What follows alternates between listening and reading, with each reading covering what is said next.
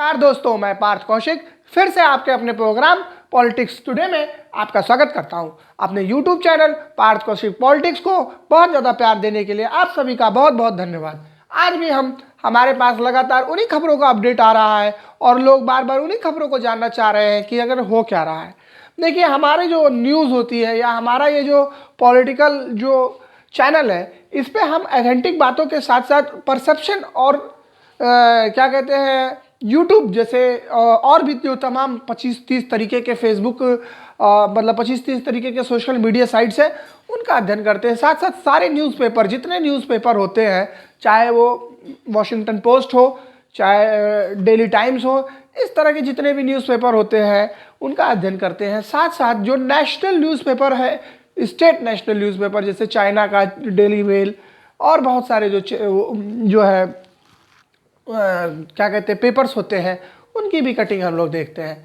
देखिए, हमारा ये मेन एजेंडा होता है कॉमन पीपल्स की बातों का, सामान्य पीपल की बातों का, सामान्य लोगों की बातों का, और किस तरह से वो सामान्य लोग अपने जीवन पर प्रभावित होते हैं बड़े बड़े पॉलिटिकल लोगों से। जैसे आप व्लादिमीर पुतिन को जानते ही हैं कि उन्होंने किस तरह से यूक्रेन क्राइसिस को जो है बढ़ावा दिया है। हालांकि मेरा ये मानना है कि नाटो ने जिस तरह से भूमिकाएं निभाई है इस क्राइसिस में, बहुत ज़्यादा गंभीर परिणाम उसको विश्व को झेलने पड़ेंगे। आइए हम आगे की बात करते हैं यूक्रेन रशिया क्राइसिस में। इस क्राइसिस की सबसे बड़ी प्रॉब्लम ये है कि ना ये वॉर कहा जा सकता है, ना ये इन्वेजन कहा जा सकता है। हाँ, क्योंकि ये एक बीच की स्थिति है। बहुत सालों से, लगभग 10 से 15 सालों से जो पूर्वी हिस्से हैं यूक्रेन के, वहाँ लड़ाइयाँ चल रही हैं और बहुत सारे लोग मारे गए हैं। वहाँ ह्यूमन ट्रैफिकिंग भी होती है, ड्रग्स की भी होती है, हथियारों के भी जो है सामना होता है। तो इस तरह चीज़ों को वजह से बहुत सारी क्राइसिस है, इसलिए हमें इस तरह का परसेप्शन देखना पड़ता है। अब आइए हम जैसे बात कर लेते हैं श्रीलंका की। श्रीलंका में लगातार क्राइसिस हो रही है, भारत लगातार मदद कर रहा है, लेकिन हमने देखा है कि चाइनीज़ पैसे का क्या हाल होता है और चाइनीज़ पैसे से क्या क्या क्राइसिस देश के अंदर बढ़ जाती है। हालांकि हमारे बॉलीवुड में भी बहुत ज़्यादा चाइनीज़ पैसा इन्वॉल्वमेंट होने लगा है और बहुत सारी हमारी कोचिंग संस्थानों में भी चाइनीज़ पैसा इन्वॉल्व हो रहा है। हालांकि ये सब बातें कभी निकल के सामने नहीं आती है। अभी मैं उसके ऊपर भी कभी किसी दिन आपको पॉलिटिक्स टुडे में डिस्कस करके बताऊंगा कि किस तरह से चाइनीज़ लोग जो है सॉफ्ट स्किल का इस्तेमाल करके हमारे दिमाग और हमारे आने वाली जनरेशन के नरेशन को बदलना चाहते हैं। मैं उस परिवार से बिलोंग करता हूँ जिसने पार्टीशन के दर्द को झेला है।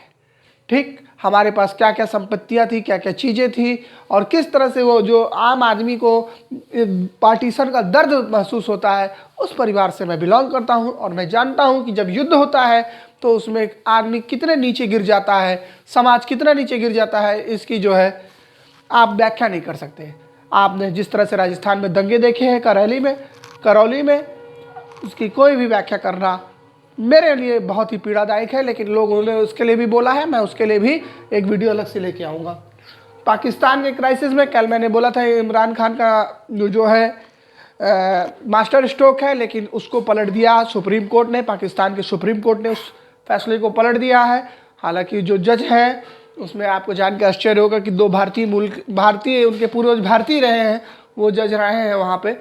और ख़ास करके अपने उत्तर प्रदेश से बिलोंग करते हैं, आपको आश्चर्य होगा। तो यही हमारी संस्कृति है, मिलीजुली संस्कृति है। और उन्होंने इमरान खान के अगेंस्ट में फैसला दे दिया है। और आज का अब देखते हैं पाकिस्तान में क्या होगा। सबसे इम्पोर्टेंट है बुलडोजर बाबा, जो हमारे योगी आदित्यनाथ का है। बुलडोजर बाबा, वो इन्होंने बहुत सारे अवैध निर्माणों को गिराया है और अगर इसी तरह की प्रशासनिक व्यवस्था उन्होंने दिखाई तो निश्चित रूप से कई सालों तक जनता को बहुत आराम मिलेगा और ये जो गुंडे, बदमाश, माफिया हैं, ये ख़त्म हो जाएंगे। इसी के साथ आज का पॉलिटिक्स टुडे समाप्त करने का चाहता हूँ। धन्यवाद, नमस्कार।